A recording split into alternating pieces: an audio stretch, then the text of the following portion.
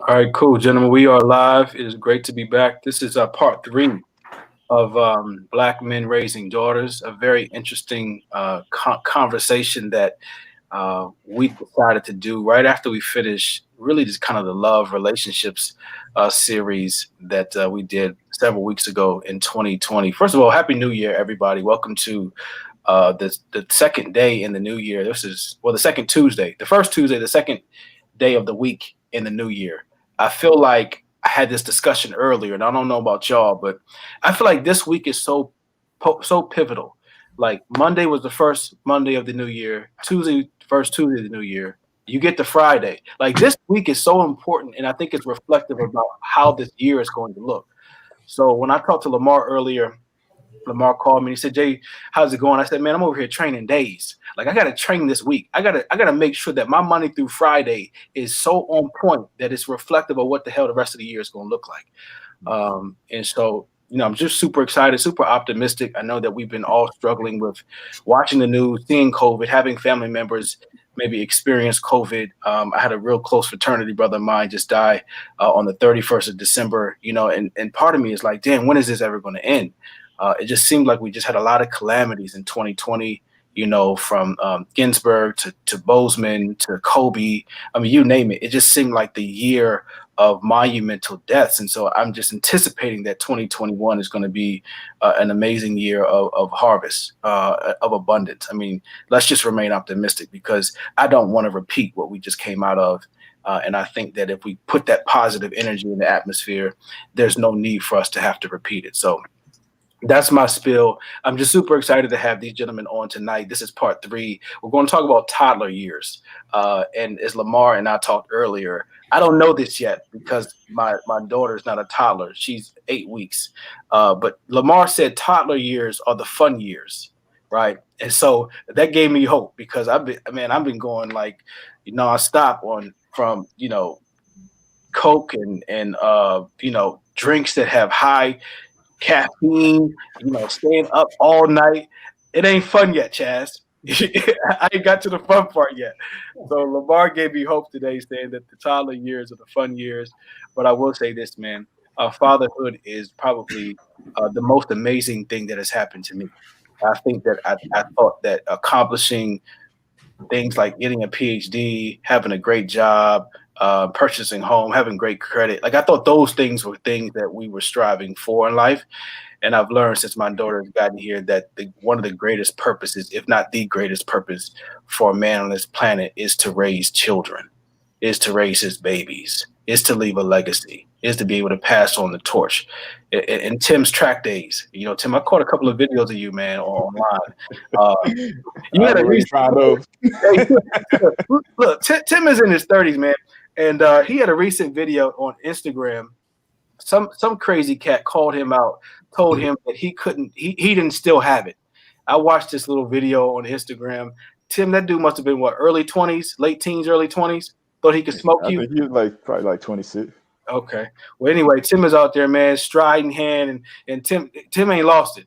So it was just cool to see, man. Tim took them FAMU track days and smoked that brother. Hey, man, I tried to tell him to chill, man. He ain't want to listen. So had to give it to him. Yeah. Well, good, man. Well, Chaz Bradley is back. Chaz, welcome back, man. This is the second.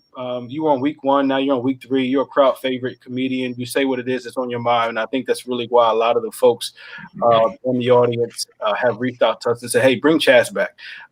As Fred said earlier, you just fit right in because we just shoot from the hip and we just say what's on our mind. So welcome back. Thank you. Next to Chaz is Joel Ottley, the youngest of the Ottleys. Grateful to have him on the show tonight. I was telling the guys in the back room that although Joe's the youngest, he was the first to have children. And so it's very interesting to be the oldest brother and to lean on the youngest brother in this space called fatherhood. There have been many nights I'm calling Joe like, look, bro, Harper's not going to sleep. She's fussy. It's like 3 o'clock in the morning. She's already ate. She's already burped. I don't know what the hell else to do, right? So it's great to be able to lean on strong men and especially strong men who've already been there. So, Joe, it's great to have you on the show. And then last but not least, I mentioned Tim, Dr. Tim Vidale. Great to have him on the show as well. Tim has 2 daughters. Joe has 2 daughters. Damn, Joe has 2 daughters, Tim has 2 daughters, Chaz has 2 daughters. Yeah. How ironic is it? Hey, look, I didn't pick that. I promise you, Reggie. I promise you, I knew you were bleeding tonight. I knew you were asking questions. I promise you, I didn't pick it where all 3 of our special guests had 2 daughters, but I think it's going to be an interesting conversation. Those who are just joining us, we're going to talk about the toddler years. We're going to talk about how much fun those years are. Reggie is leading us tonight in the questions with our special guests. We're super excited. Happy New Year, those who are just joining online. Go ahead, Reggie. Let's get it started, man. Let's get it. Let's go. So happy New Year, everybody. Like Jason said, good to see you, brother Dr. Tim Vidale. Good to see you, Joe. Good to meet you, Chaz. So I got 3 questions for you guys. I'll ask them one at a time to keep it simple.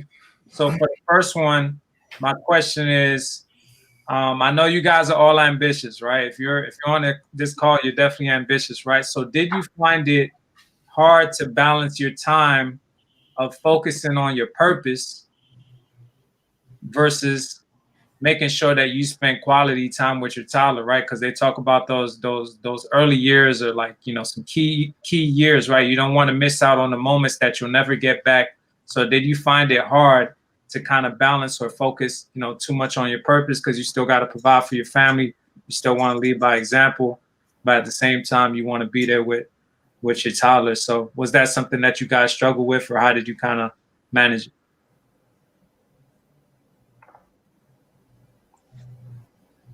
Now, who you want to go first? Yeah, whoever got it. All right, well, I'll go first since I spoke up first.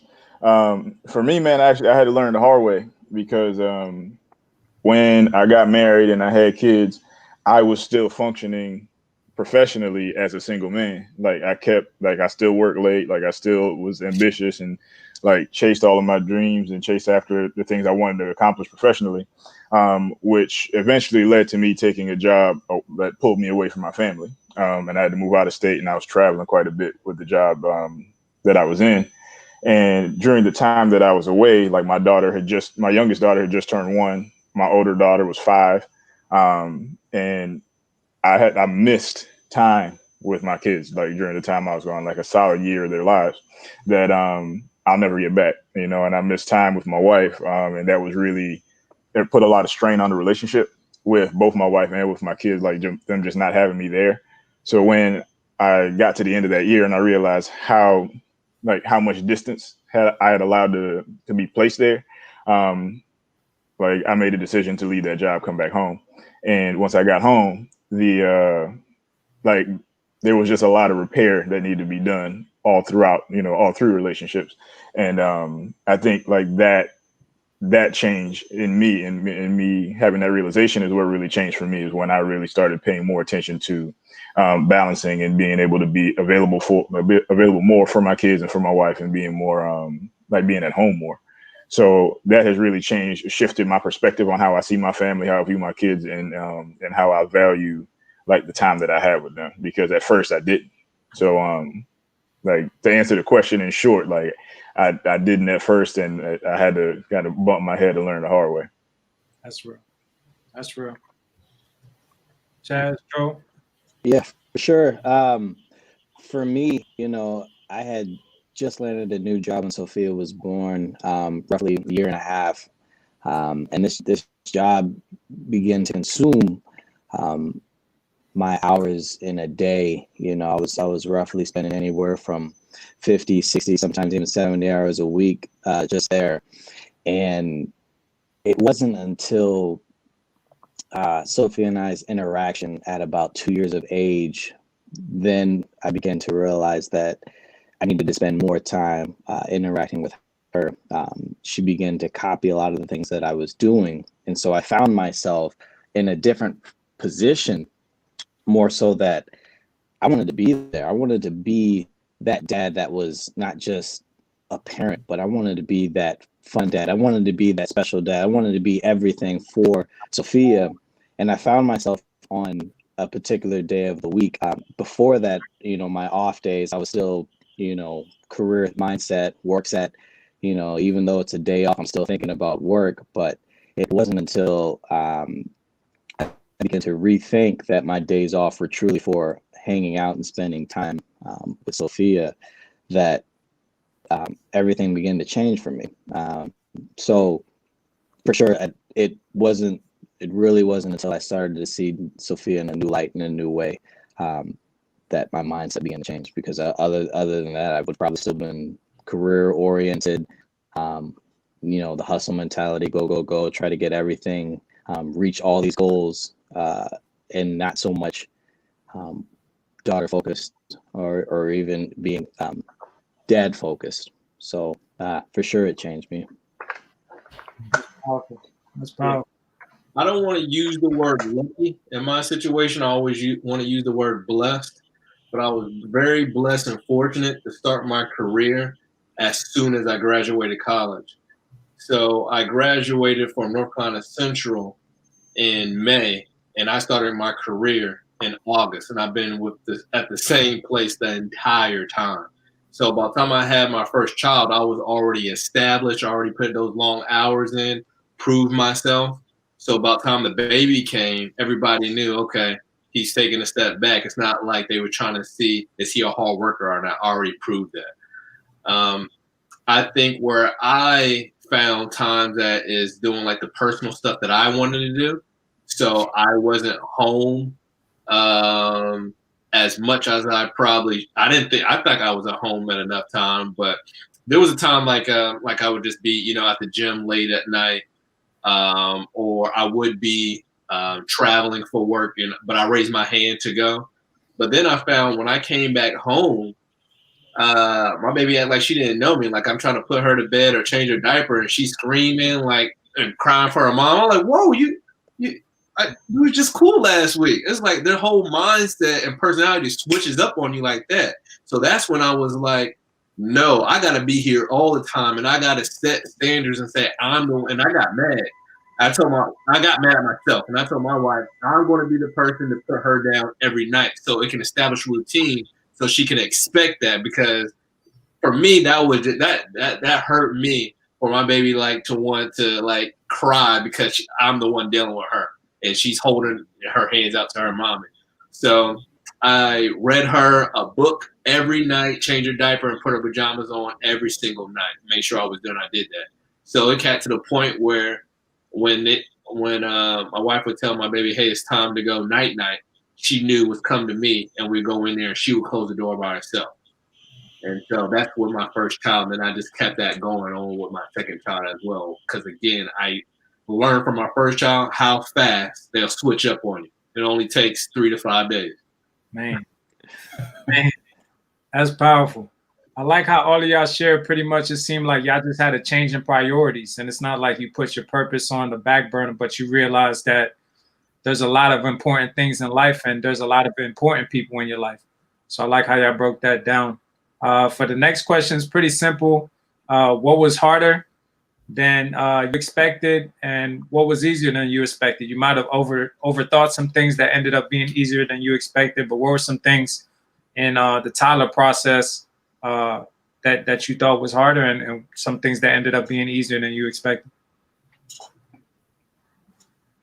I would say the hardest is the transition was that everybody talks about when you have a girl, they're always going to love you. They're going to be behind you. And so that's all I heard. So when she was born, I'm like, she's going to be all mine. And that was the complete opposite. So what I have learned, and anybody who's watching, when the baby's born, if it's the girl, she doesn't care about the daddy. Only thing that she cares about is eating the food and who supplies that food. Unless you giving the baby formula, it's the mom. So I didn't get that. I'm like, she never wants to come to me. I'm doing everything that I can. And she's constantly going to the mom, constantly going to the mom. That was difficult for me because everybody was telling me the baby should be coming to me. They didn't tell me there was a transition period to come along with it. So just like I mentioned before, I had to put in a lot of work for her to love me. Like, you talking about being silly and playing and dancing and coloring and doing everything. I was doing everything. So about time that she grew up and she entered those toddler years, now, like my oldest, I don't know if my wife agrees with me, but I think I'm her favorite. She loves me more than she loves her mom. So I think I did a good job. That's bold. Damn. That's big talk right there. How long would you say that time period was for you to be able to build that bond? I would say once she got to around that 2.5, that's when she. So basically, it wasn't just the age; it was the time where I could give her food myself. So she's like, "Oh, okay, you're the fun guy, and you can give me food now." But she was being breastfed, so she knew. She's like, "What are you coming to me for?" I'm like, I can play with you." She's like, "You got food?" I'm like, "Nah, I don't have. Why are you in here for?" And so I felt like she was like playing me like that. But once she stopped breastfeeding and I was able to pop something in the microwave, well, I mean cook. I don't want to say pop in the microwave. Once I was able to cook for her and give her food, then everything just came together, and we've been close ever since. Okay, good stuff. Same question, Tim, Joe.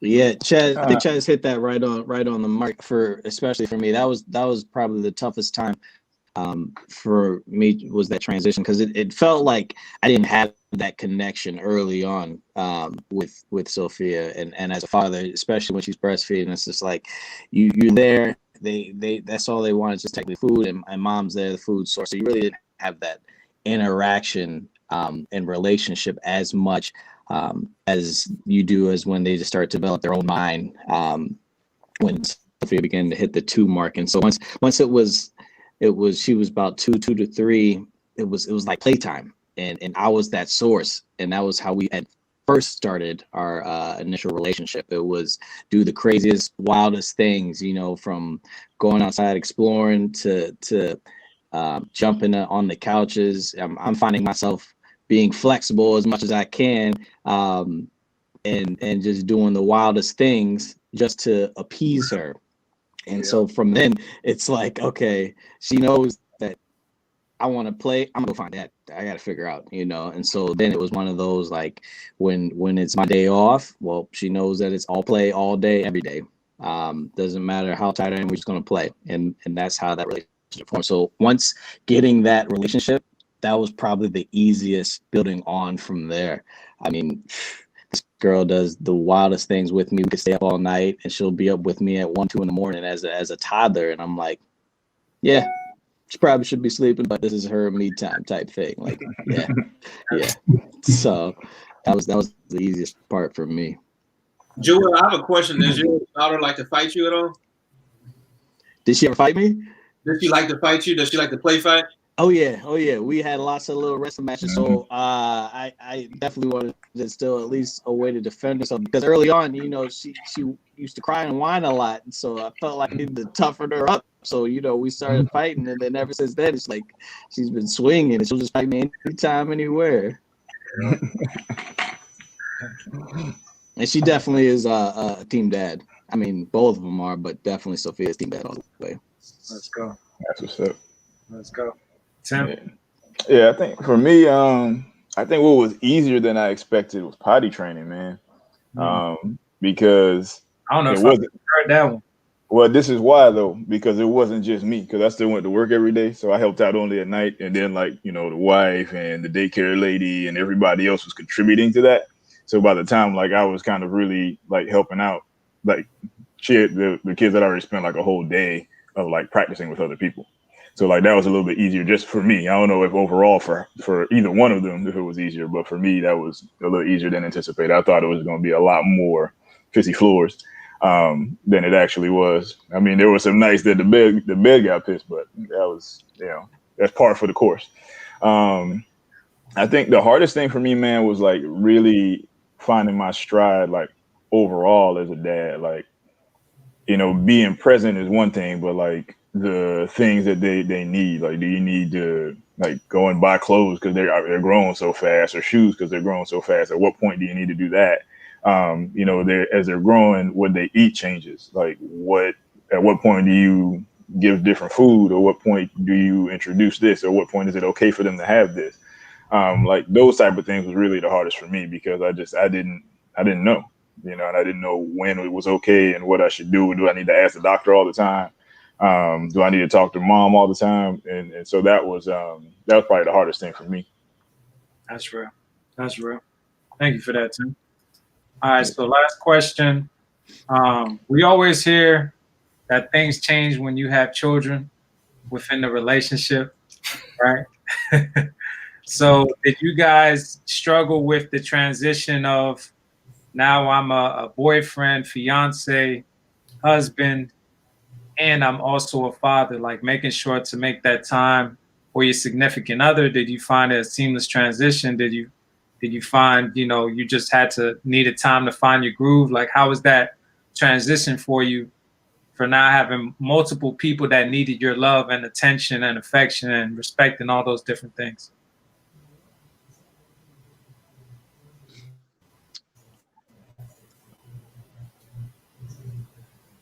Could you repeat the question?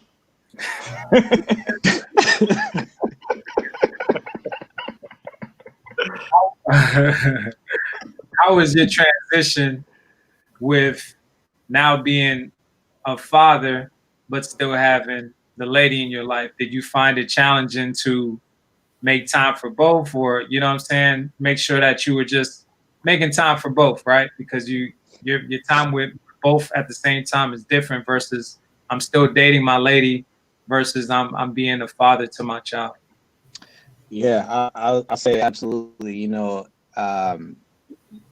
Sophia took the majority of the time on both of us, and the job that I was working at the time. It eventually got to the point where I would really get to see her, not even at nighttime, because Sophia was staying up late, and so one of us would probably pass out first. So it really wasn't even, okay, wait till nighttime, wait till the evening. It was just kind of one of those, it felt like both of us were doing something together, but that quality time one-on-one didn't really occur until we had to make time for it. But we've been blessed to have her mother help out as far as watching Sophia at times. So we had to actually say, hey, can we have our time together? Can you watch Sophia for whatever amount of hours so that we can have our time together? And we didn't even do that at first. It took probably the first two years, maybe even 3, before we actually started to have time for ourselves. Wow. Yeah, I think I agree with that. I echo that, man. I think early on it's just really a barrage of getting your bearings with handling the kids, and after you have a second one, then it's like getting your bearings with now having two. So I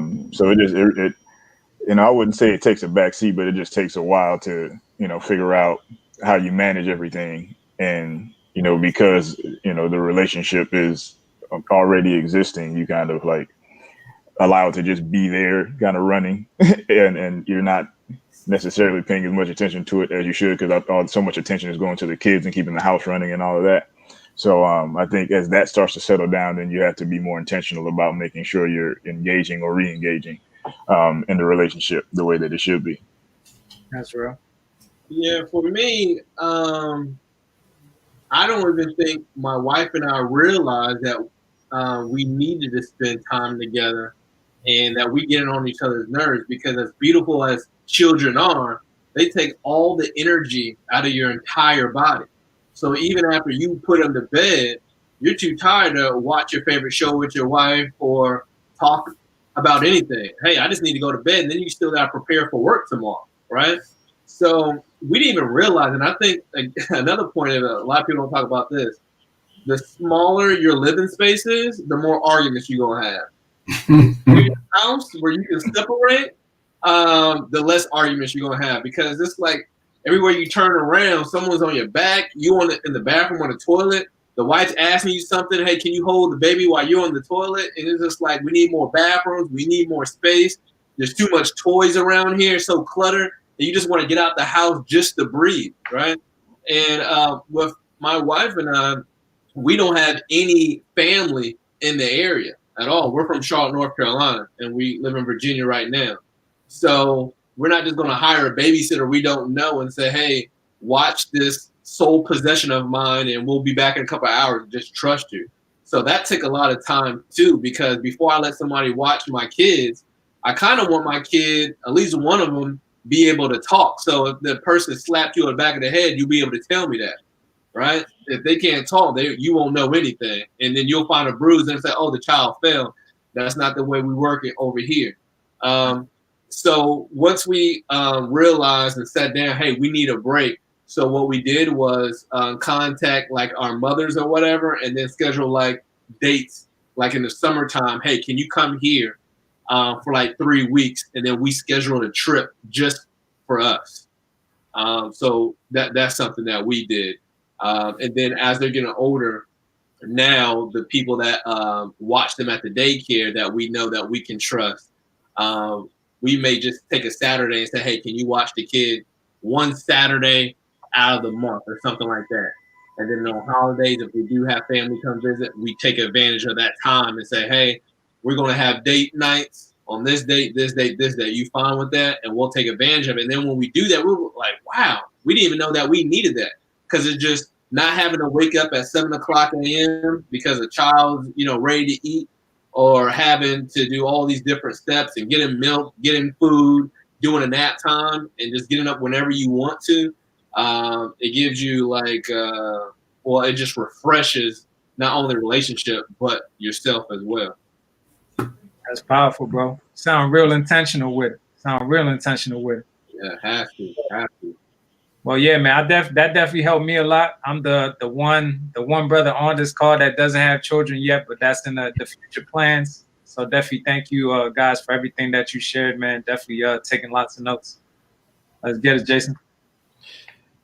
Yeah, I just got a quick question, and I know that Lamar and Fred and Murph will chime in as well. You guys, y'all just did a phenomenal job. Chaz, Joel, and Tim. I'm just curious, because you each have 2 girls. Is there any thought in your mind, like, I didn't have a son, so how do I traditionally pass this torch on, this legacy on? I only have a daughter, and I'm not struggling with that thought of passing the torch to a boy. If it's only Harper, it's only Harper. She gonna hold it down.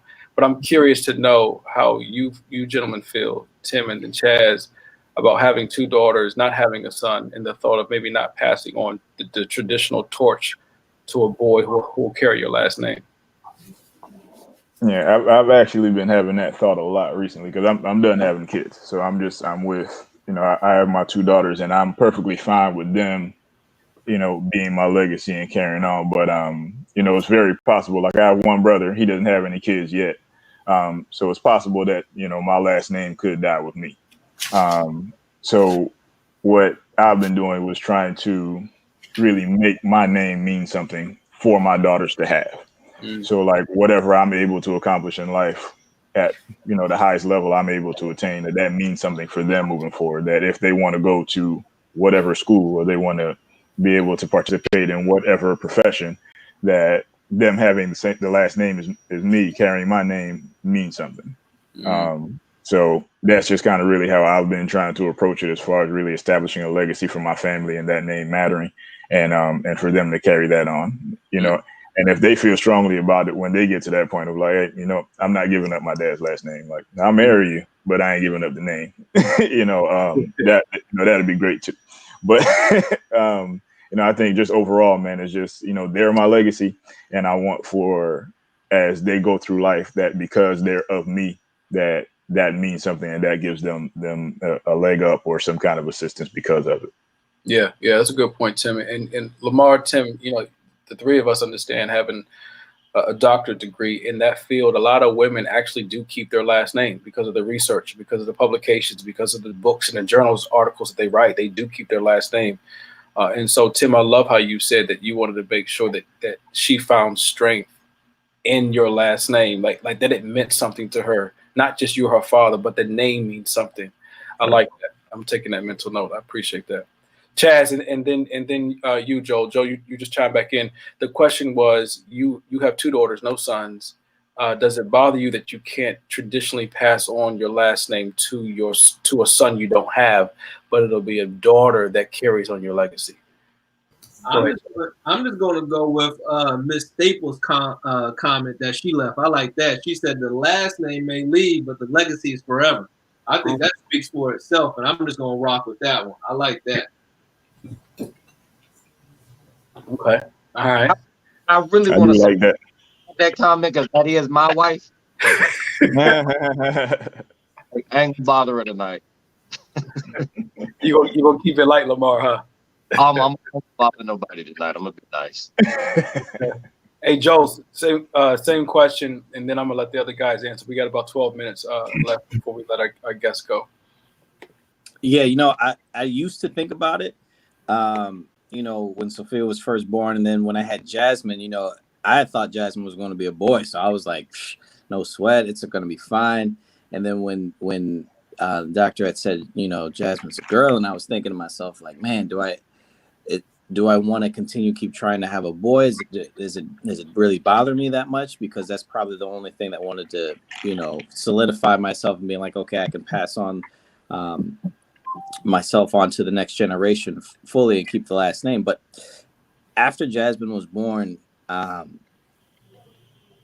don't know what it was, but something was like, this doesn't matter, because these two are going to be what you raise them to be, and they're going to carry on what you raise them. So it doesn't matter if it's a boy or girl. So from then, everything began to change for me again. Mm-hmm. Good stuff. Jason, there's something I want to bring up, if that's okay. Yeah, go ahead. This is something I want to bring up, and it's not done a lot, but normalizing talking about body parts with your daughter.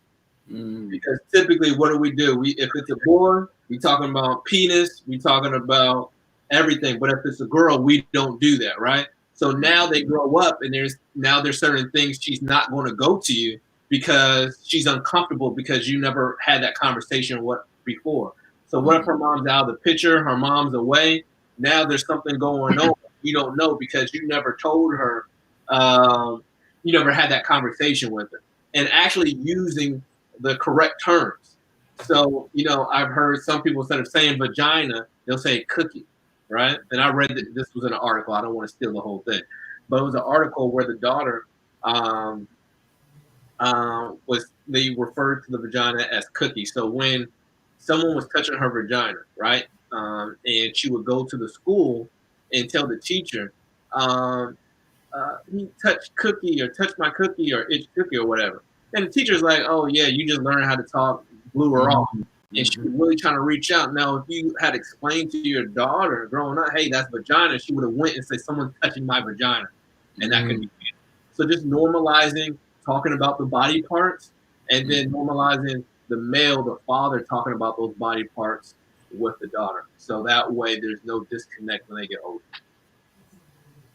Yeah, that's powerful, man. That is. Yeah. And as you said that, Chaz, I'm thinking about even, when you bathe your daughters, right? There's this esoteric thought and notion that men at some point should stop bathing their daughters. Men at some point should not change their daughters' diapers because they have genitalia that's different from ours. And I love how you said let's normalize body parts. Let's normalize the relationship between a father and a daughter. It doesn't have to be a mother's responsibility to change a diaper. It doesn't have to be a mother's responsibility to talk to their daughter about a period, right? Or going through hormonal changes. It doesn't have to be their sole responsibility. It could be a joint approach, right? And even with you, Chad, I see MJ, man, she's all over you, man, like white on rice. And I think that because you created such a foundation, and I also see it with Tim and Joel's daughters too. I mean, I've been around all three of y'all and y'all's daughters. Y'all's daughters cling to y'all.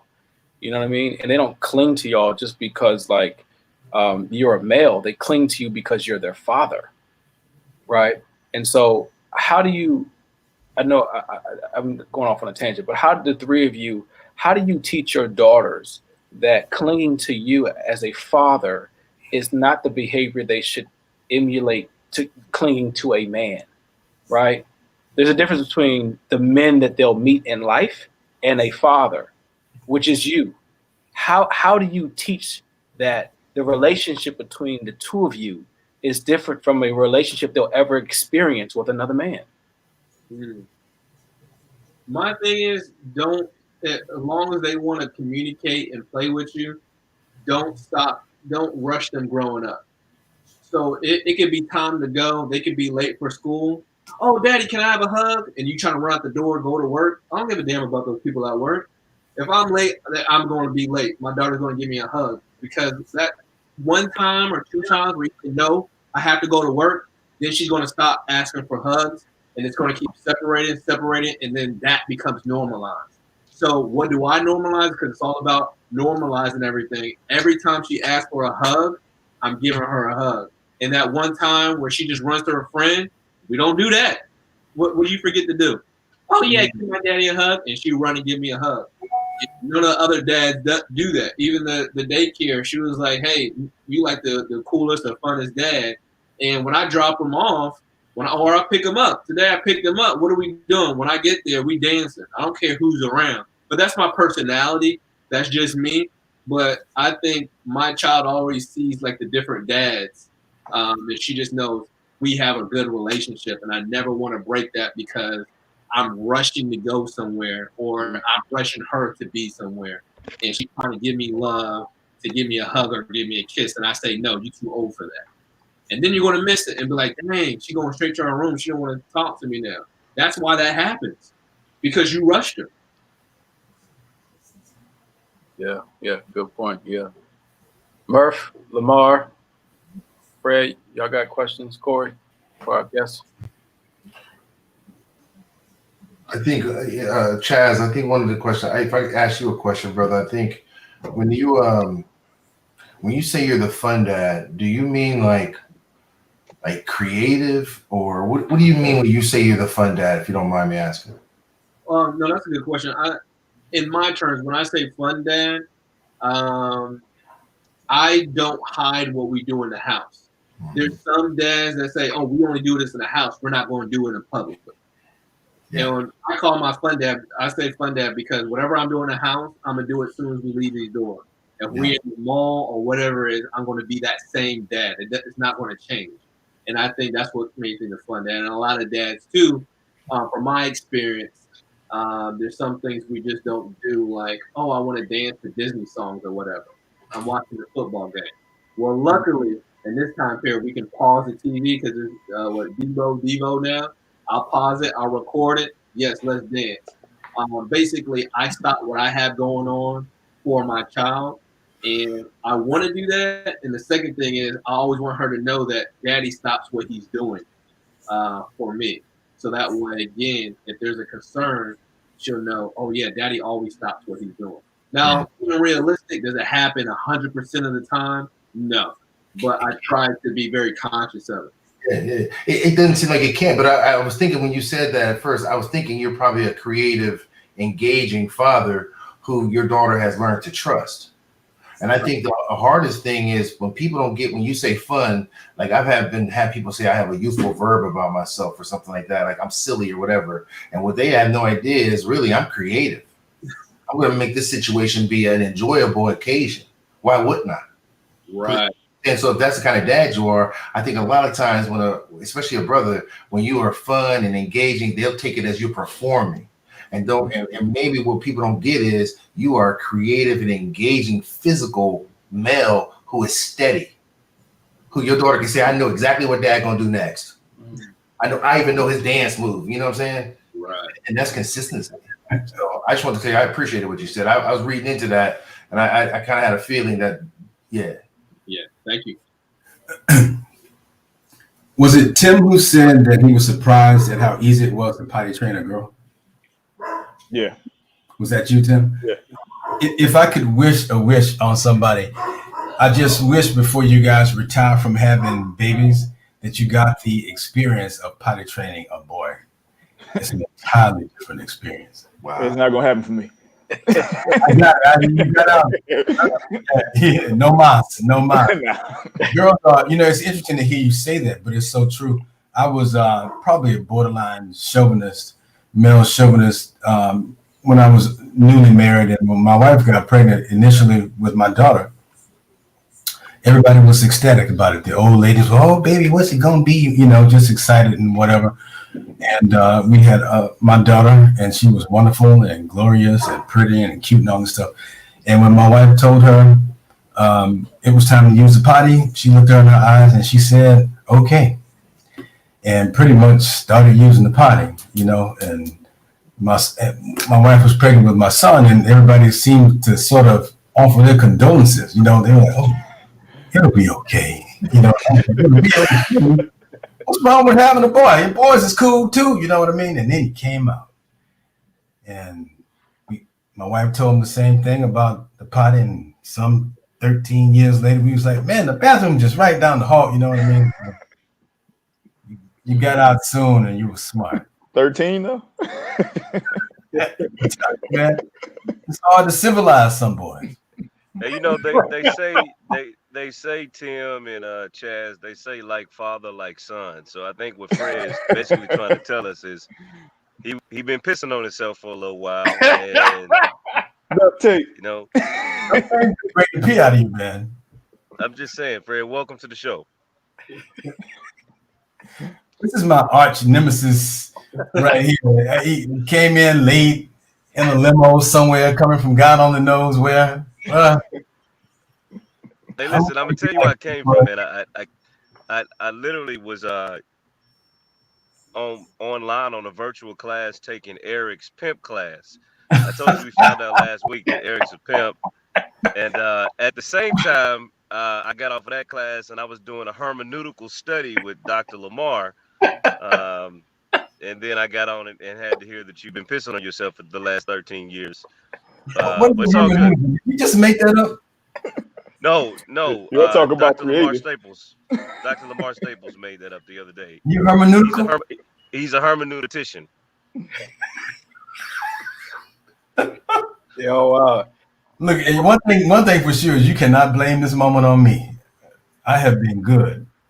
Hey, Lamar, go ahead and ask the last question, man, to our guest. You're the scholar of the group, man. You take copious notes every week, so I'm sure you have a few questions. But ask one to our guest, man, before we just thank them for being on the show tonight. Hey, Jason, I'm gonna be quiet and let the scholar speak. But first of all, I find it quite offensive for you to call Lamar the scholar of the group, right? So, I mean, his paper degree does not necessarily count as scholarly. But go ahead. Hey, good to see you, first cousin Chaz. You too. I'm not offended, but it was funny.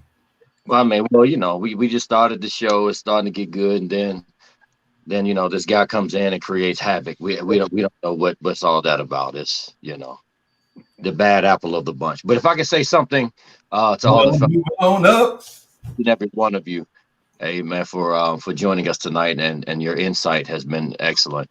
But if I could throw one thing out there, can you give me one thing that you did as they were toddlers that encouraged them to be assertive in the next step? I got something.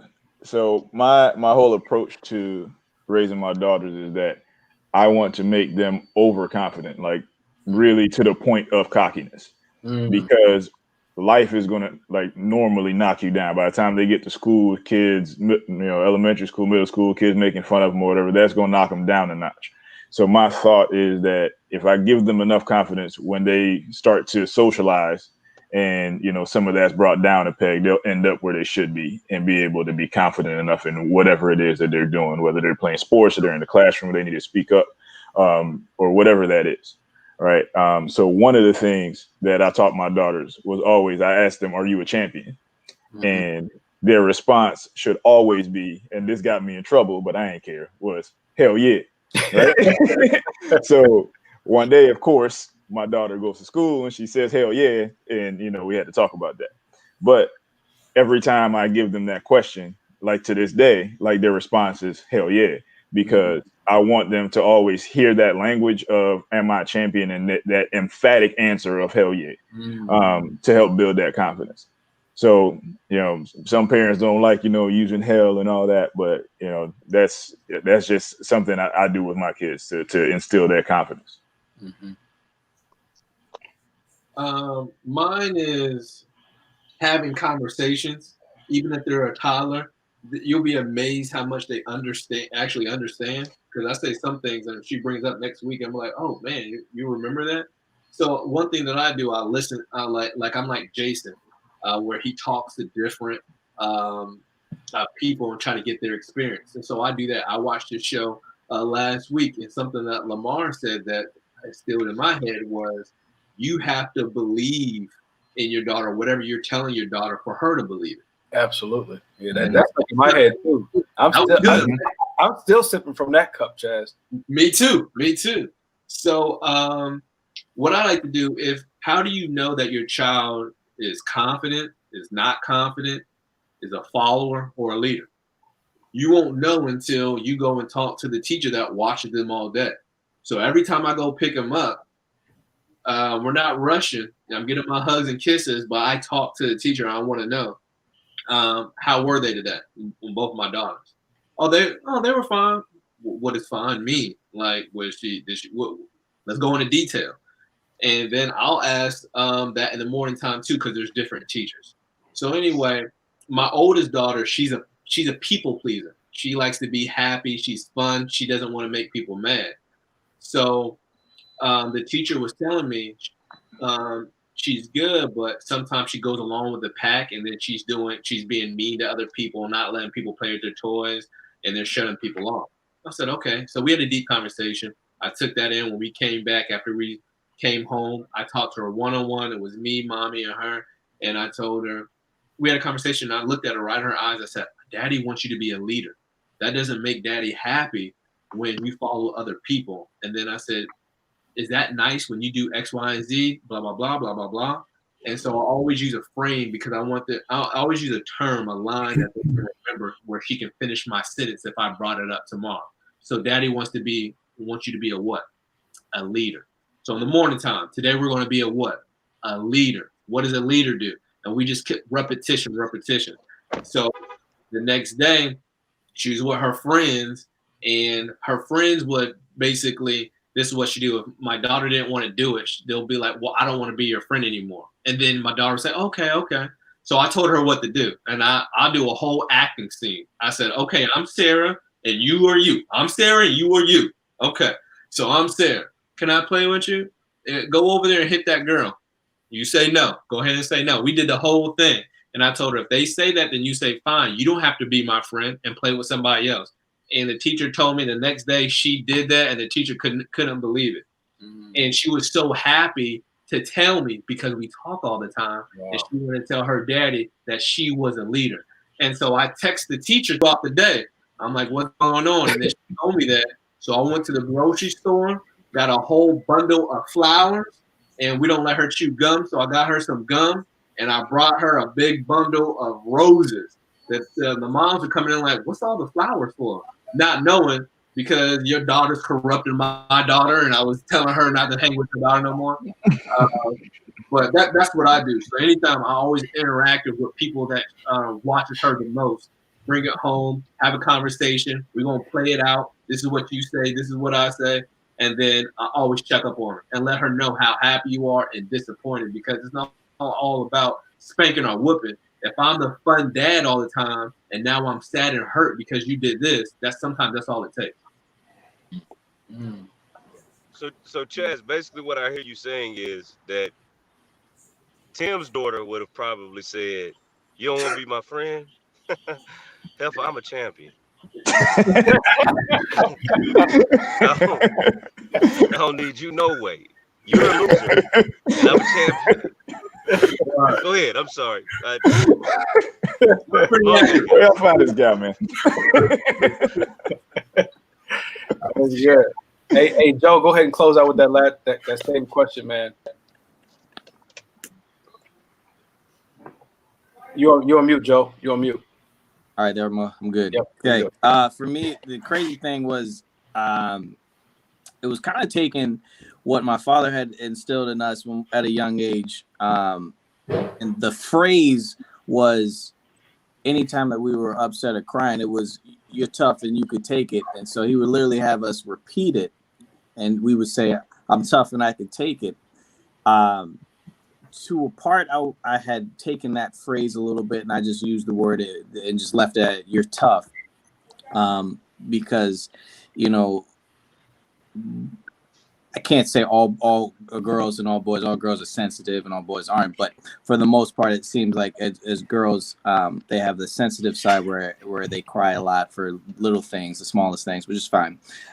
But in Sophia's particular case, you know, she is the type that, you know, even during soccer at 3 years of age and 4 years of age, you know, the other team scores, she's balling. She's like, I ain't moving no more. They just scored, Dad. I'm crying.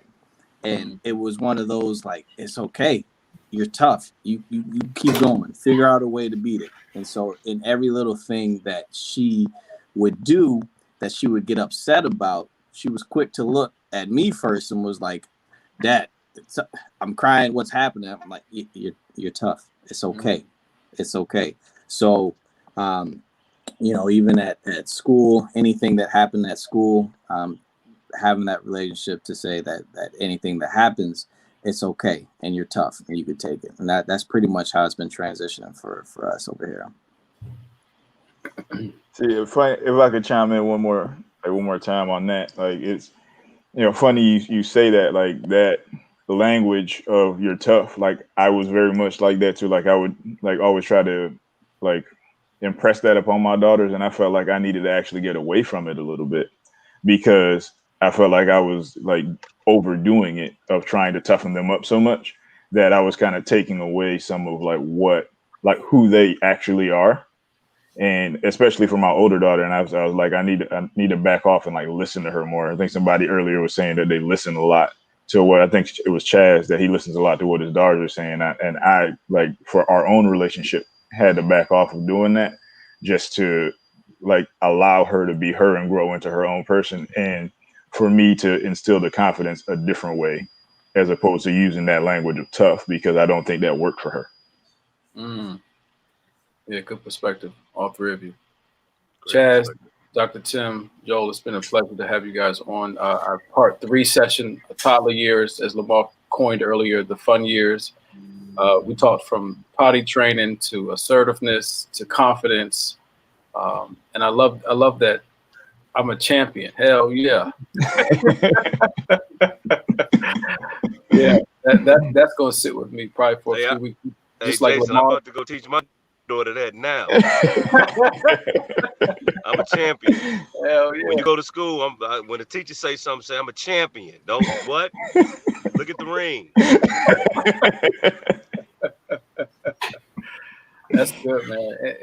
And someone raised a point about friendships, and I think that's important, because we'll probably talk about that next week when we discuss going to school. Like, those first few years in school, young girls are looking to be liked and be chosen and be picked and someone to hang with them and be popular. They're looking for that, right? Especially when we do a great job at home of creating a foundation of spending time with our daughters and nurturing our daughters and giving them what they need. They're looking for that even in their peers and their friendships.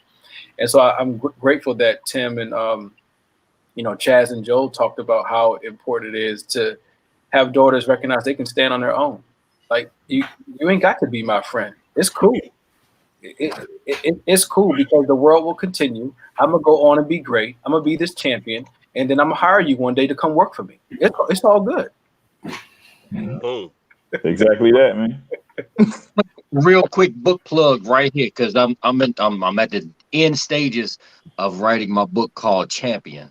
It's gonna be good. Yep, embracing the proper. Fitting. Yeah. I'm gonna send Cory first. I'm gonna send Cory a free copy. I'm gonna sign it and everything. Say, Lamar, I was about to say something, right? Real good plug, guys. I'm writing the book called Champion, so everybody go get it. Tim jumped out there and said, we got to teach him to be champion. So, Yep. Oh, that sounds like everybody on the panel's getting a free copy. Is that what I heard? Oh, yeah. Man, hey, listen, come on. Hey, Tim, I like the way you think, man. And I got you. Hey, man. Hey, Dr. Jason, man. Again, guys, all jokes aside, man, I always enjoy coming into these calls. Forgive my tardiness. I had some business, but Tim, Chaz, you guys, man, have really, thank you so much. Even though I wasn't on the call, I was listening on Facebook. I am a father of 4 daughters, and all of my daughters are in different phases and different stages.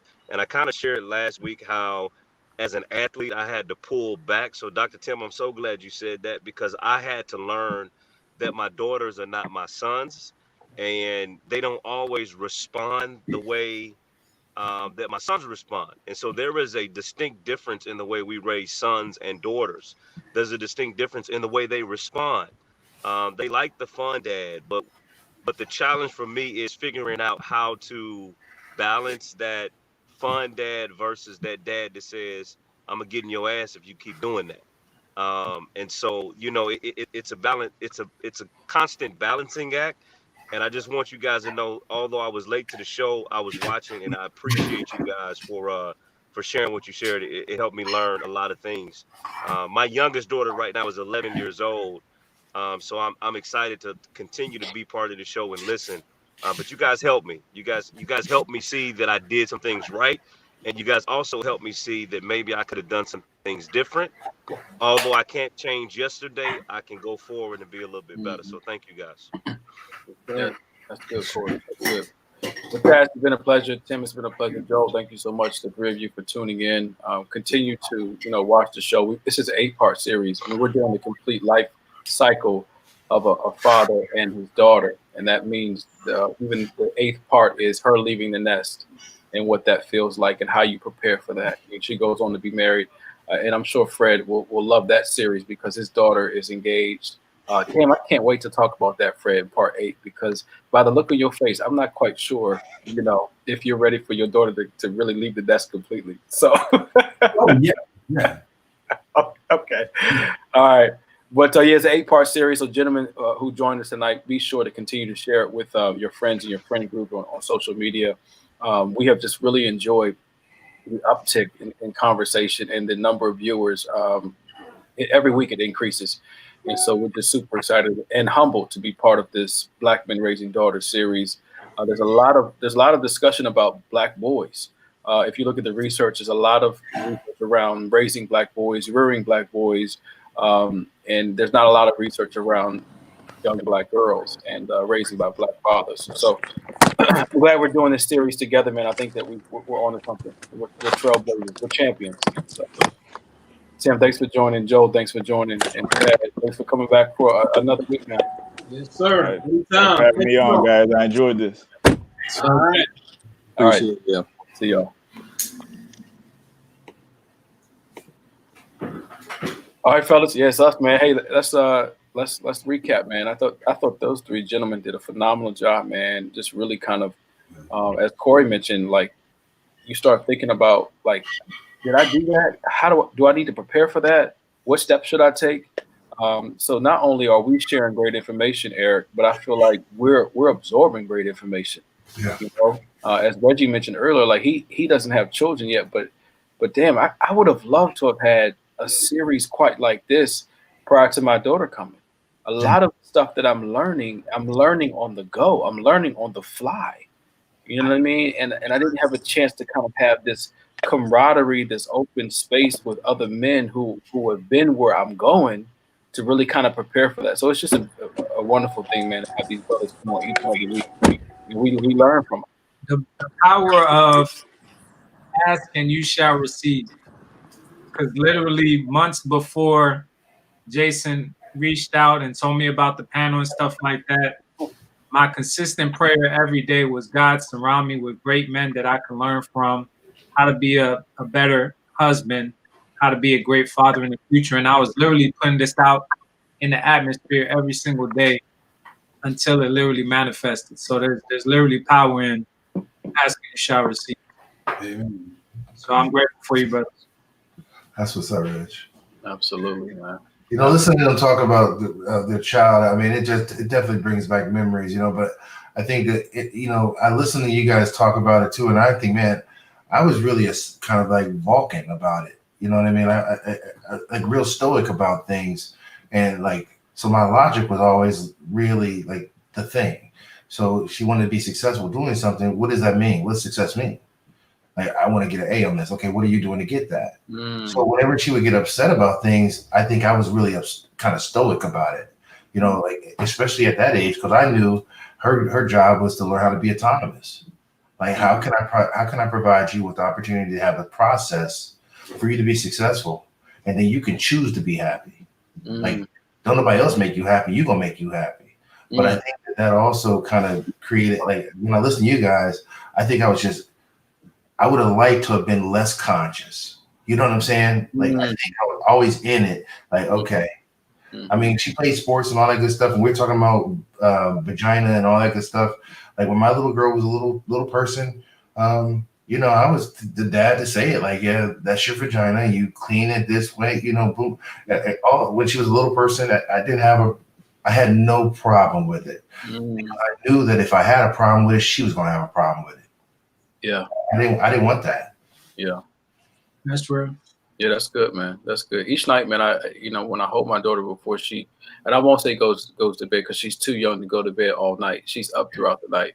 But every night, man, I really feel like when I tell her, Daddy loves you, I tell her that over and over. To your point, Eric, we want our young girls to be autonomous. And we also want our young girls to have self-love. That's right. And so for me, in my childhood, I wish I had gotten more of Daddy loves you, more of Mommy loves you. I got a lot of it through action, and I got a lot of it through, we put the roof over your head, you know, you got meals to eat, you can eat a private school, blah, blah, blah, blah, blah, right? I got it through those means, but I didn't necessarily hear it. Yeah. And it's something even Reggie just mentioned, like when you put something into the atmosphere, I tell her constantly, Daddy loves you, so that you know that you don't necessarily need to feel validated or to feel love outside of self, right? I'm putting that in you. Daddy loves you. So Daddy loves you, you love yourself. Yeah. Yeah. Because I help make you. Yeah. And, you know, Jason, it goes with what we said last week. I'm going to be shorter, but, you know, it was more about the confirmation. I mean, about, you know, the confirmation instead of praise. So, you did this, this, and this. Hey, how did that end up? You got an A on that. That's what's up. The effort you put into it caused that. So it's always been that. So when you say that statement, yeah, I want her to be able to say, I got this because I got a process. And I got something beyond that. I know I feel love. I know I felt loved. And that's the beyond that piece. That's from that. That's all I have. I enjoy your way of parenting, Eric. And I'm pretty sure I would agree with old dudes like Lamar, and we'll see about Jason. But just real quick to rehash those young brothers, man, isn't it refreshing to hear young cats like that? Yes. So I don't want to say that we don't like that, but so articulately about parenting. You know what I mean? And to be on such a good path. And Reggie, you said you prayed for this type of input in your life. That they're on the point, man. You know, the stuff that they were saying, all the things the key points that they hit on, they're doing the right things, and the things that everybody's saying are correct. What I hear people talking about is helping their children understand how to think, not trying to teach them what to think. At a young age, helping them to learn how to think. And a large part of that is how and what to think about yourself, giving them self-worth, personal value, creating a self-esteem, a foundation of self-esteem that's unshakable. I spoke earlier in not another series, but a couple of episodes ago about wanting your daughter to feel invincible, you know, and other brothers have spoken to that as well in words such as, I want her to indestructible or like overly cocky, that type of thing. But to feel invincible and unshakable in the face of all of the outside influences that your children are going to experience as soon as they're old enough to leave the nest. And that begins with potentially with childcare, you know, outside of some sitter or some daycare person outside of the household. After that, your kids will increasingly spend more waking hours with other people than they will with you unless you homeschool them. Because if you get good 8 hours of sleep and spend 5 or 6 of them away from home, you have a few hours over the dinner table and doing homework or whatever to spend quality time with your kids. So that's a lot of time for other people to influence them positively or negatively. And in today's society, video, social media, all the different ways you can be influenced, a large percentage of it is going to be negative and ungodly. But it also occurs to me, and I bet you guys will agree, that for such an important job, and that is ushering a new life into the world, into the universe, and trying to keep alive and civilize, in some cases, a child, and train them to be godly, decent, loving, kind, generous, a quality citizen in this universe, comes with no instructions for each individual child, and anybody can have a baby. Anybody can be a parent, and it's just not that easy. There is no instruction booklet with your infant. Each child that you have will be different, even twins, and the only help we get is that you prayed for, Reggie. And oddly enough, it has manifested itself in the form of this motley crew of individuals. But as you can see from the guests, there's so much value there. Guys who matured during the process and figured a lot of things out and are able to share it in a way that's acceptable to a whole lot of people. There's value in that. I mean, well, the group that has been assembled has been as you said, a motley crew. Everybody come from different perspectives and have different backgrounds. We get somebody who has lived for 80 decades with us. And also, he has a. You too.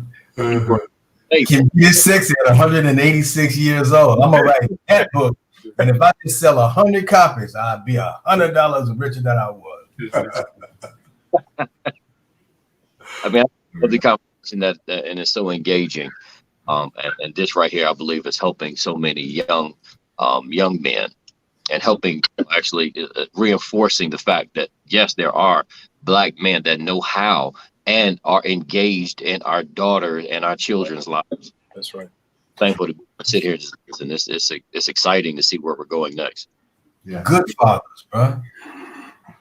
Yeah. I mean, I tell you, man, I grew up on Cosby, the Huxtable days. What was it with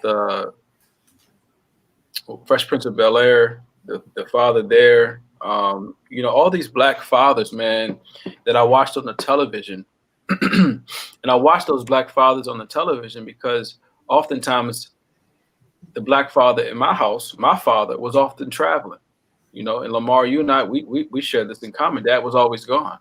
Yeah. And then when Dad was around, it was, oh, well, while I was gone, I bought you something. And so when you're young, you're excited about the baseball bat. You're excited about the new basketball. You're excited about the new football cleats. Like, you're excited about those things. But the older you get, you recognize, but Dad, I was watching TV because I was missing you. I was being raised by Uncle Phil. Uncle Phil was raising me every day of the week at 5:30 because you wasn't at the dinner table, but Uncle Phil was at the dinner table. So I think that when we listen to our guests and when we all talk, like, one thing that I know that we're learning is to be present, man. Yeah. And to be active and to be present, whether or not we got it right with our first child or not, it don't matter. Like, we have enough in us to be able to give back to the men who are watching, or their significant others who are watching, who are now challenging them. Like, look, Negro, be present. It's important that you're present because your daughter needs that. I wanted to say, Jason, one of the things that if there's anything with people watching, because I just like talking with y'all, but if for somebody watching, I think one of the biggest tools I ever learned is that my daughter cannot make me mad. Well, nobody can make me mad, really. But to understand, let my daughter know that she cannot make me mad. I will choose to get mad about behavior that I see because it's going to be my choice. And I'm saying that the reason why I chose not to be mad or taught her that is because I needed her to understand that she could trust me. Like, you could trust me that there's nothing you're going to do that's going to get me out of pocket. Mm. And that's that trust versus mistrust. That's the first developmental stage, right? That's the whole thing. Like, I got to be able to trust that I am unconditionally loved. And even though you just drew on that wall, and that's some bull crap that you drew on that wall, and I'm gonna teach you how to get that off. Because we're gonna get this scrub and scrub that off. I'm still not gonna be mad about it. And I'm gonna talk to you about the creativity that you brought to the table while you cleaning it off. Because if I get mad, then how can she trust me? Look, I'm teasing. My son told me something the other day. I know we talking about daughters, but I gotta share this piece. Man, my dude said to me, I remember that one time down when I was like 4 or whatever, and mom did something. You got mad and walked out the crib and went down the street and just sat there. He said, I knew you was in your car sitting there. You came back. He said, I never want you to do that again. I was like, yo. Wow. My dude 12 now. Wow. He's 12. That's crazy. That was a moment. And I was already doing counseling. So I was like, damn, I'm a hypocrite. Just got counseled by your kid. Boom. Hit me in the head with it. And I realized I was being hypocritical. How was I staying steady? How was I showing trust? But hey, man, you're doing something right if your son will come to you. And this, I know we're talking about daughters, but we're also just talking about parenting. And this applies to daughters. You're doing something right if your son is confident enough to come to you and talk to you like that. Bro. Straighten your up. Bro, did it have that effect? I seen y'all's little girls and they are beautiful children. I just want to tell you. Hold on. Let me do that, man, because I meant to show that earlier, man. Y'all sent some pictures in. Those who are still watching about Web, man, thank you for being with us, man. We like to go in, and sometimes we forget y'all there because we just so excited just to be with each other. Hey, look. I know that I'm trying to find the one that Lamar sent me because Lamar was the first one to send it to me. Oh, you taught her like she fresh, bro. You taught her well. You taught her well. She was the first one to really encourage me and make me change. Change, you know, between her and my son. I mean, one of the things that was happening because I was recreating the same cycle that I grew up in. Yeah. That my career was taking off. I'm always traveling. I'm always gone. I'm preaching over here. I'm teaching there, doing a class here. I'm all over the place. The conferences here and there. So I was gone all the time. And what I never wanted to do was repeat the same cycle that I grew up on.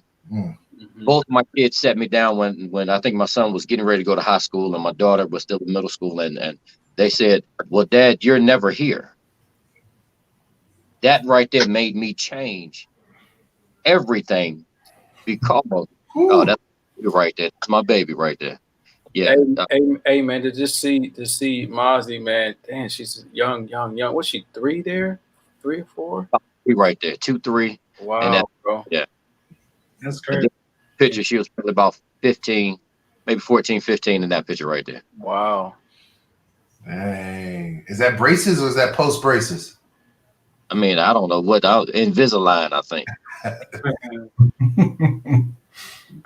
Heck yeah, brother. Lamar, man, you said something a couple of weeks ago. You said that your daughter wrote you a letter, man, and I tell you, man, all of y'all say stuff every week that make me think about it throughout the week, and I got to get like Fred because Fred will religiously go replay our shows the very next day. That's Fred. He will replay it and then he'll enter our group chat and talk about how good it was, right? Yeah. Lamar, you said something, man, when you mentioned that your daughter wrote you a letter, man. And in my mind, Lamar, I'm so grateful that you're my brother and you were that transparent and vulnerable. In my mind, I'm like, how do I get to the place where my daughter is, one, open enough to be able to write a letter and tell me where I've fallen short, but 2, that I can kind of navigate some of the things that you weren't able to navigate. Like you're teaching me as my brother so that I don't make the same mistakes. You see what I'm saying? So like what you mentioned a couple weeks ago, I'm like, man, I gotta make sure that my daughter's comfortable writing me a letter. But number 2, that the letter is not all things that I didn't do right. That right there, when I tell you that was one of the things that just absolutely crushed me when she, you know, mind you, this is a letter that was written when she was, 18 years old. Matter of fact, was she 19 at the time? No, 18. She wrote that letter to me. And when she was writing that letter, it when I tell you, it destroyed me because all of the things that I thought that I was doing right was all of the things that she was writing in the letter, telling me what she learned what not to do. That's powerful, bro.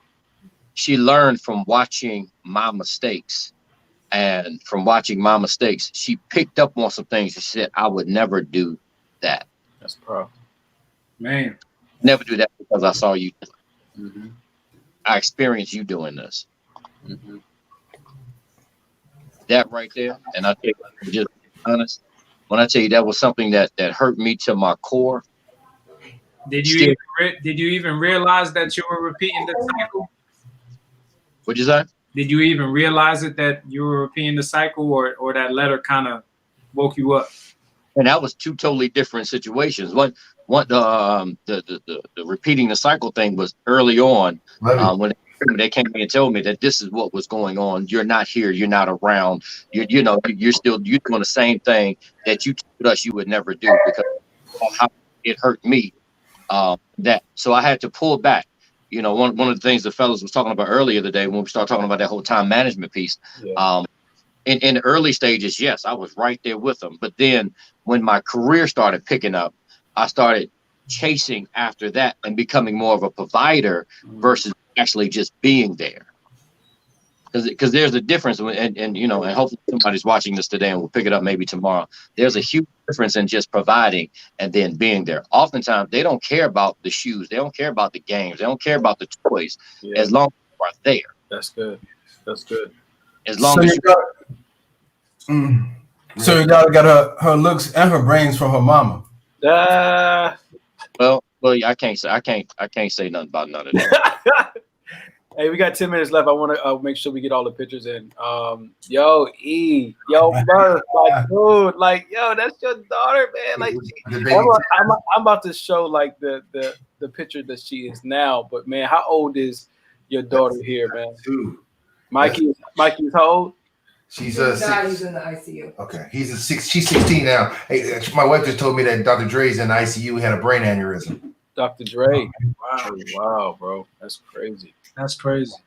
Yeah, she's 16. And you know the crazy thing about this, you know, again, my daughter. So thinking about that, I don't know. I just thought it was. How old is she here? She's 2, but my daughter was like, I always say she was like 36 pounds when she was 6 months. She was like enormous, 100th percentile in everything. Oh, look how pretty though, man. Yeah, she's a beast. She's a beast in soccer and everything. It's yeah. I mean, she's a monster. But the funny thing about it is, she is big. I always taught her a time. Like I don't even know how to explain it, bro. Like she was my experiment. Like I was like, you know what? I'm going to experiment with love. And I know I sound weird when I say that to y'all. I can't even act like I know I don't sound that way. But I was like, I am going to experiment with unconditional love in a way that she's going to understand what it is to have someone who finds her absolutely amazing and has nothing to do with what she looks like. Absolutely nothing. I want her to understand that her understanding the process and understanding the chess game of life is going to allow her to be successful. And if she gets upset about it, that upset is okay. And it is a choice because you must have done, there's something in the process that you can modify to become successful. You know what I'm saying? But I'm also going to give you the unconditional love. I'm going to get away from my Mr. Spock. But, you know, because she's been told she's been pretty her whole life. And I was like, that. I used to tell her all the time, that ain't shit. And I said, what you doing with it? What you can't even own that because your mama and daddy gave you that. Mama did that too, man. You didn't have nothing to do with that. Stop. Bro, look at you. Look at you. Look at that girl. Look at you. See? Dude. Stop playing. Thank God for masks. You know what I'm saying? Not that picture. I look kind of gruff, but hey, go ahead. I'm sorry. Hey, we got a couple of minutes left. I want to just share Fred's really quick, and then I'm going to share Fred.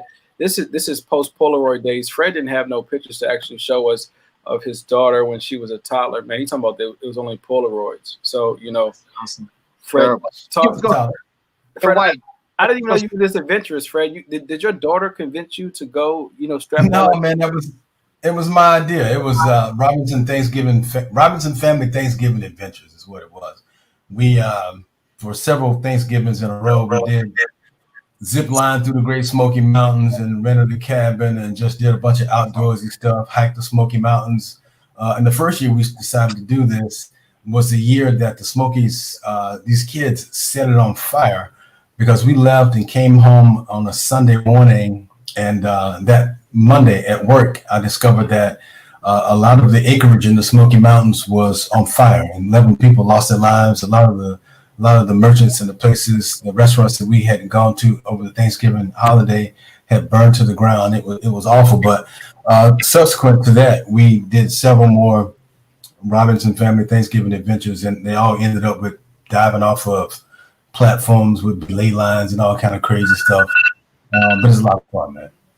And she's, I don't know, tons of confidence just in the genes. Yeah, yes.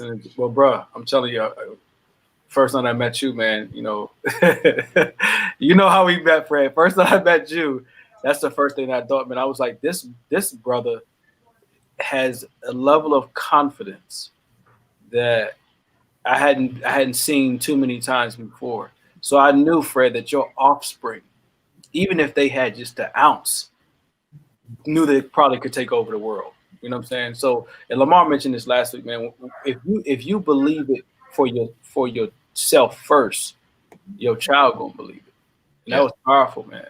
That was powerful. We got 4 minutes. Let me share this really quick, man. I know that I know Harper's not a toddler yet, man, but yo, she is on her way to being a toddler. Let me just say that.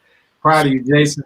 Bro, she, you know what I'm saying? We talked earlier about, you know, unconditional love. I think Murph mentioned his experiment with love, right? And I think that my daughter has shown me that there is a reservoir within the heart that only belongs to a child.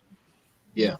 Right. I never even knew that even existed. I thought that I had already experienced love before in all of its forms. Right. But when I had my daughter, man, it was like, hold on, no, brother, there's another depth to this. There's another level to this.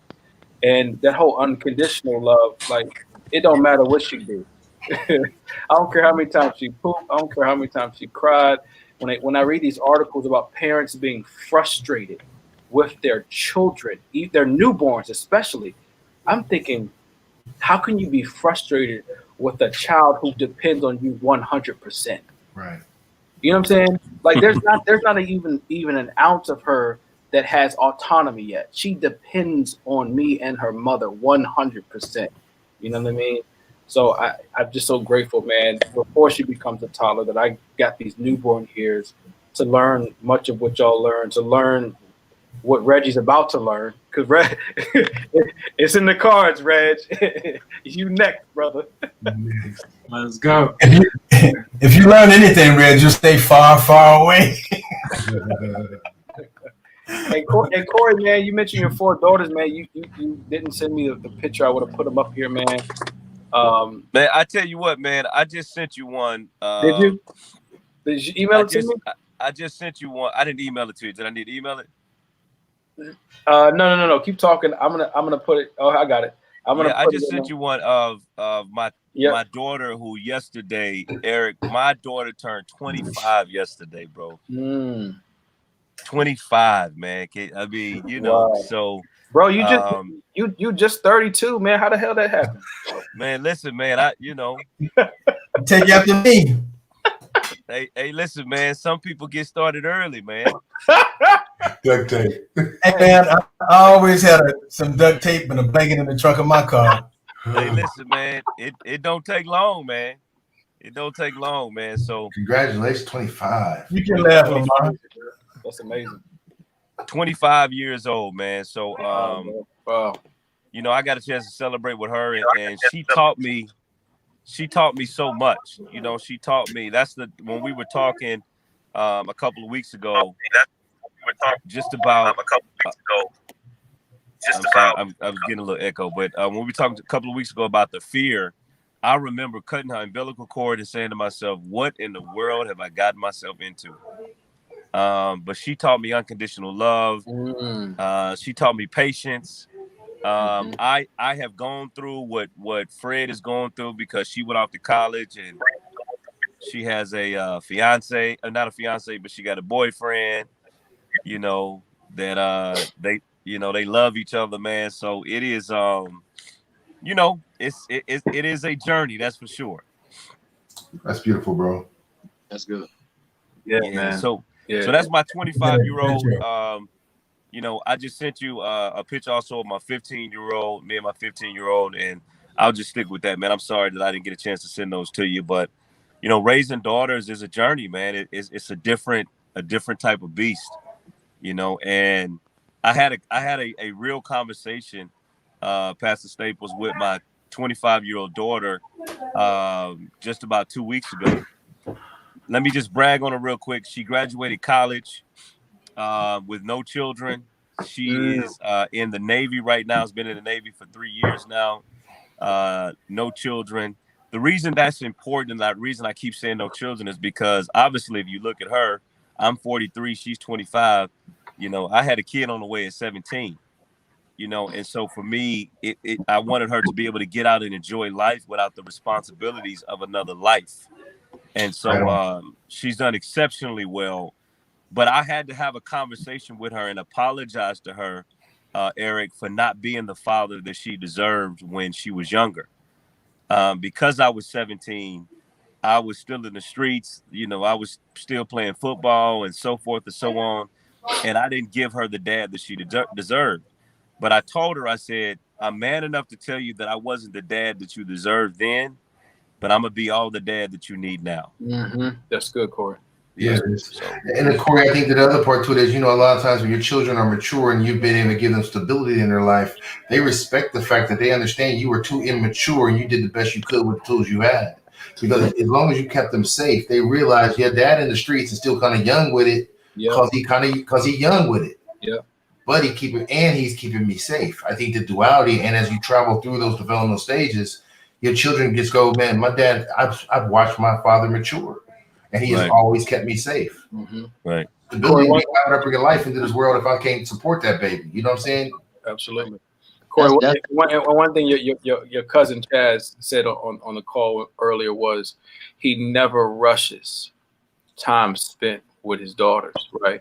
And so I'm grateful you sent this second photo, and I know that we're at time, but I'm hearing Chaz's voice in this moment. Like, you never rush time with your daughter. And I just showed your 25-year-old daughter, and your other daughter, man, she needs just as much time, right? So talk about her too.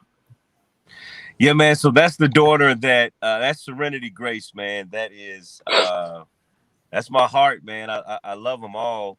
But she is the one that I was talking about that was accepted to HSPVA, the Performing Arts School. She wants to be a model and an actress and everything else. And I'm so proud of her for chasing after her dreams. Listen, Eric, I made a hard decision last year, and here's the decision. My daughters literally lived 2 minutes away from me. But my daughter was accepted to HSPVA in Houston. And I made a decision not to be selfish, but to allow her to go and chase after her dreams. So they live in Houston now. Again, I could have said no, but I said yes because I wanted her to chase after her dreams. Yes. And so that was extremely important to me. Jason, just for the sake of the call, because I don't want to talk about the other two without talking about this one. So I'm sending you one more photo. And as I send the photo, I'll tell you a story about the one that I'm sending to you. My smile for all of my children is huge, and it's authentic, and it's genuine. But this child right here that I'm sending you, it's a little bit different because my wife and I lost a child in between my 15-year-old and my 11-year-old.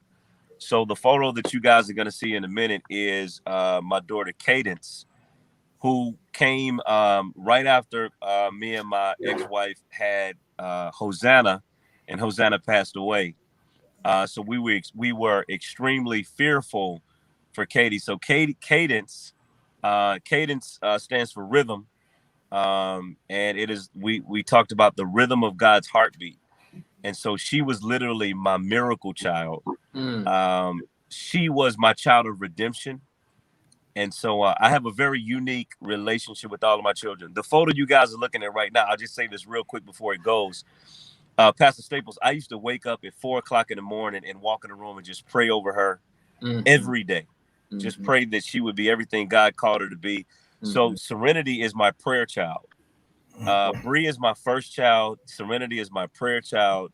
And Cadence, who you guys will see next, is my miracle child.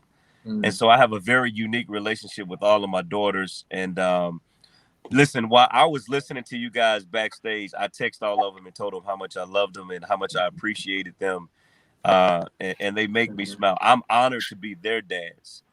I'm honored to show them a man that is vulnerable, a man that admits his mistakes, a man that tries to show them what Christ looks like if he were here. So I try to be Christ's feet and arms and hands and eyes and ears and treat them the way Christ would treat them. And I hope to put a lot of pressure on whatever nigga try to marry them. Yes, sir. I'm gonna put a lot of pressure on them. Yes, so sir. that's my daughter Cadence, man, and she is daddy's baby. She is the last child that still act like daddy's baby. You know, they older now. My 15-year-old and my 25-year-old be like, yeah, nigga, okay, bye. But this is the one that still be like, Daddy, you ain't called me. What's going on? I want to come spend time with you. And so she is the last of the Mohicans. That's dope, man. That's beautiful, brother. Parenting is amazing. Fatherhood is amazing. But you know what we're talking about, this 8-part series is raising daughters, man. And Cory, you have 4. Lamar, you have 1. Murph, you have 1. Fred, you have 1, and I have 1. And I'm watch Reggie gonna have 1 on the way. But it's just so amazing. It's just so amazing though that we have this not only this in common, but we have these shared goals. As Cory mentioned, man, we just want our children to be better than us. And you know, the rhetoric that we see in the news nationally is that Black men don't raise children, but we have become the opposite of that. And so it's important that we get this message out, and we grow and glean from each other. I mean, really, truly, at this point, I mean, we're 6 minutes after 9, 8 o'clock Cory's time. Like we are now ministering, if I can use that word, to one another. Like we have fun in the beginning, you know what I'm saying? We get the guests on, we ask great questions, but at the end, when the lights turned off and it's just us in this room, yo, we minister to each other. We give each other enough strength to get through the week, to rethink and reevaluate how we raise our children. So I'm grateful for that. Lamar, man, take the last 2 minutes and close us out. I'm gonna do the best I can. Raising daughters in any sense and raising children in any sense is challenging. It's challenging on all sides. One of the takeaways that I have for tonight is being able to manage your time with your children, manage your time. Don't be so caught up in your job. Don't be so caught up in your career. Be so caught up in, you know, even I'll say this, and sometimes it's even rough for a pastor or a minister to say this. Don't allow your ministry to get you so caught up that you don't minister at home. Don't be so caught up. Be able to time right and build the correct bond that's needed for growth. Build those bonds of trust that no matter what it is, you're able to have that connection with your kids, even if you're the fun dad or the disciplinarian. Be able to have those moments. Me and my daughter did something every night. Every night she would come and literally jump into bed with me, and we would sit there and eat cookies and ice cream and cake all night long. And still to this day, you know, I'm the one who grab the cake at the end of the night, and she's like, "Hey, Dad, what we eating tonight?" You know, yeah, she's working out, she's training, but yet we eating brownies at 1 a.m. That's one of the things that I've always cherished with my baby girl, and you know, and one of the other things that I saw and that I got written down in my notes right here was the relationship. When you have children and you begin to have kids, you have a daughter, your relationship will then change after having kids. Relationship will change. with your wife, with your boo, with your spouse, your relationship will change because now your focus has changed. At one point, your focus was on each other, but now our focus is on our future. Our future is not us. Our future is what we produced. That's good. That's good, man. Our future is not us. I'm looking at legacy side. My future is my kids. My legacy is my kids. You know, my namesake is my kids. And I love the fact that Tim, I think it was Tim that said, make my name mean something.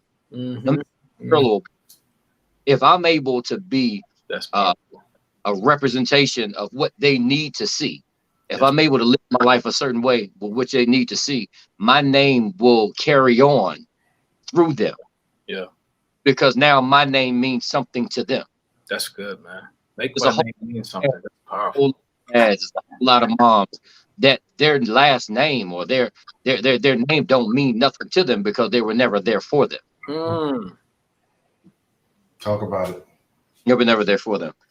Me and Jay, we started off, earlier, and I probably got about another minute to go. I'm sure I'm over my time, but we started out earlier talking about, the fun. This right here to me is the fun years. This is the time when you come through the door as a father and little girl come running down the hallway. Yeah. Daddy's home, and jump up in your arms and won't let you go. Yeah. That's the fun day. Those are the days when you can't do no wrong. Everything that dad do, everything that mom do is absolutely wonderful. Those days are memorable to me, which I absolutely adore. Those days of going out to the park and just doing anything we wanted to do and just making fun out of it, even if it's just playing a box. Because oftentimes we go out and buy these expensive toys, but when they're 2 and 3, they don't care nothing about the toy. They're more interested in the wrapping and the box. Sitting down with the box, that was one of the best things that I've ever done. Just sitting around playing with box. It was absolutely amazing. Fred said something that really caught my attention. Fred said something? Wow. Fred said something. You're Fred. Man, hey, Lamar, I must have not been on the show. Man, you missed this one. You missed that one. Fred said something that really caught my attention, and it's actually the theme of the year that that we're going with. That the Lord kind of laid it upon my heart and laid it upon our bishop. We prayed about some stuff, and we came back with the same exact answer. Is that this year, 2021, is the year that we are unshakable. Wow. And that teaching them that they are unshakable, no matter what comes at you, that you're firmly planted on solid rock, that can't nothing shake you. That you across again. I like that. Foot across. That nothing's able to shake you. We, living in a place where we have to build that confidence. And how about this? I'm gonna drop this out there for somebody to text this, type this. We have to be confidence influencers.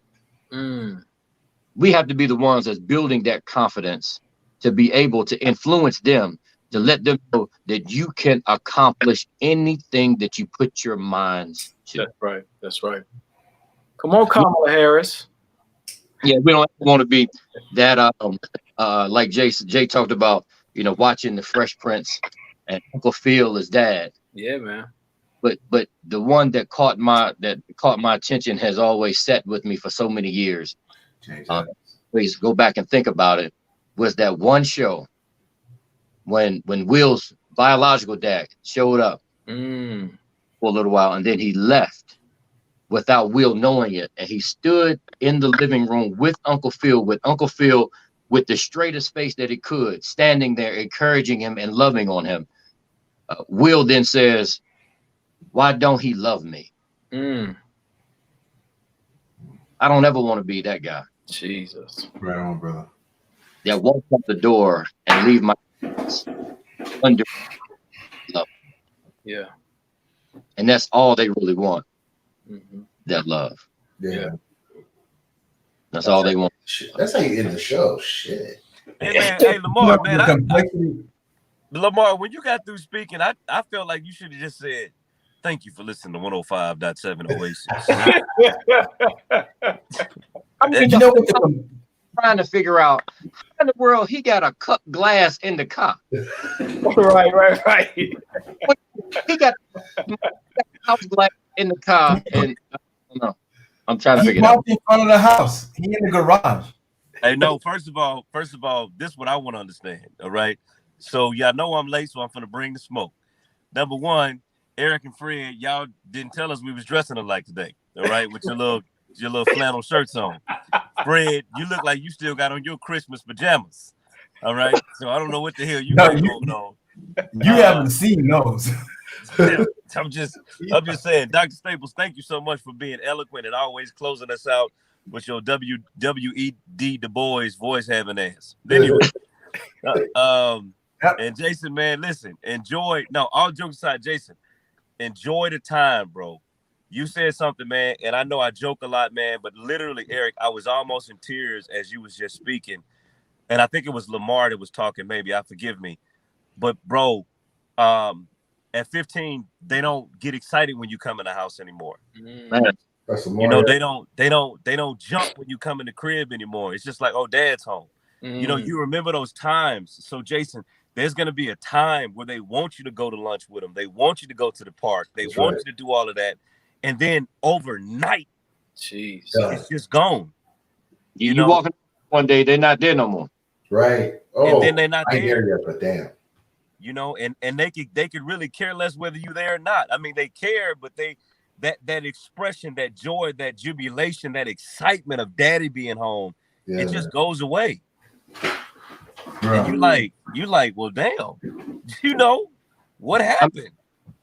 Now is like one of the joys that I get now is that my daughter, when she comes home, you know, she's off in college in Boston now. So whenever she comes home, one of the things that we do together is she's, Dad, I want to go get my nails done. Dad, I want to get my nails done. And I get my little happy self up and we go down to the nail shop.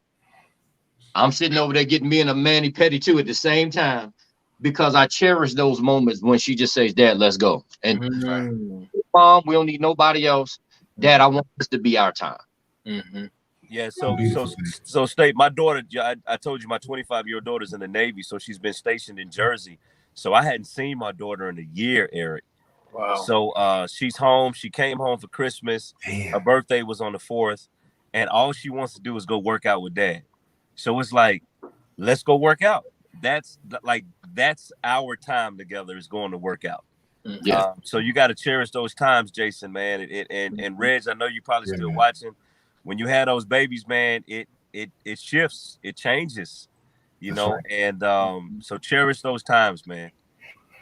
Yeah, I appreciate that, man. I really do. And Lamar, you said something, and every time you close this out each week, Lamar, and I know Cory mentioned this earlier because he's shooting text messages to his daughter like, I love y'all, I love y'all. I literally leave the office, man, and go to the bedroom and I grab my daughter after every show, Lamar. I mean, it's something that you remind us, each of us, the 6 of us, that we're supposed to be that investment in our child's life. I don't go pick my laptop up. I don't go return text messages. I don't return emails. The first thing I do when we close out the call is, where's my daughter? Yeah. Hey, the first thing I do is be grateful that I'm not related to Fred. Check this out. Right when we got on the show, throw it out there. Right to my baby Mozzie. Texting my baby. I love you, and I'm so proud of you.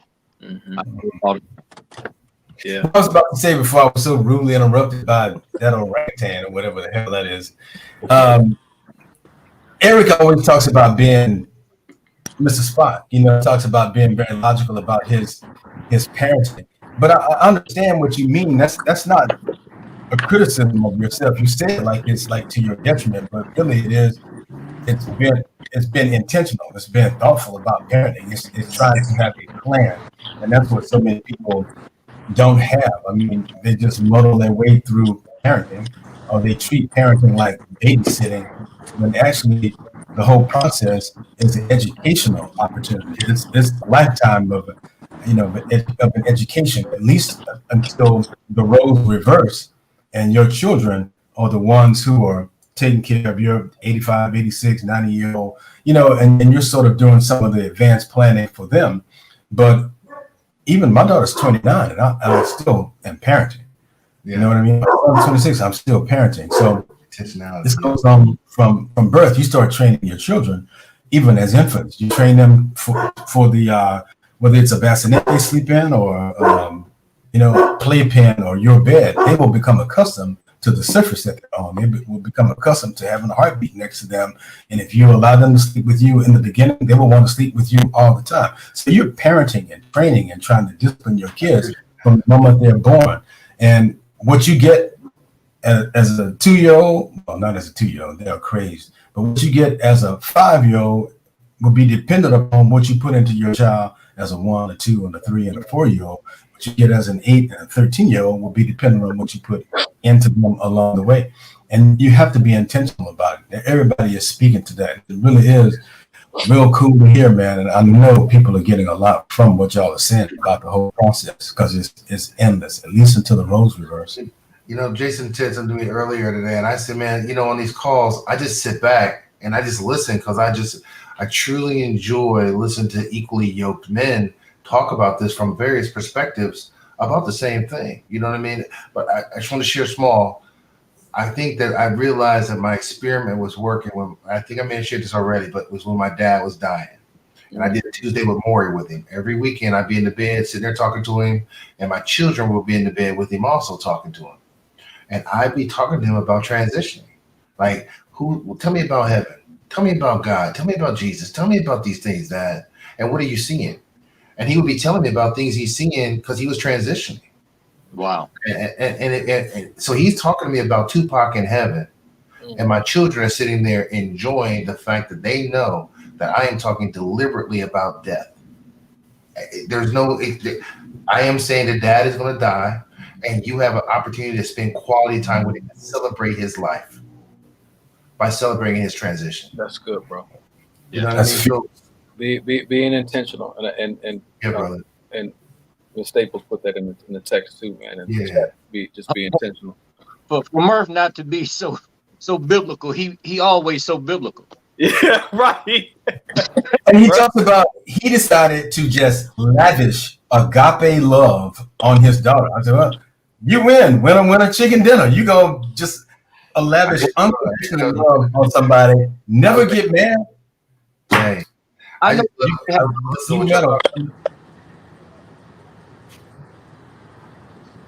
Lamar, you muted. You went out. You muted, Lamar.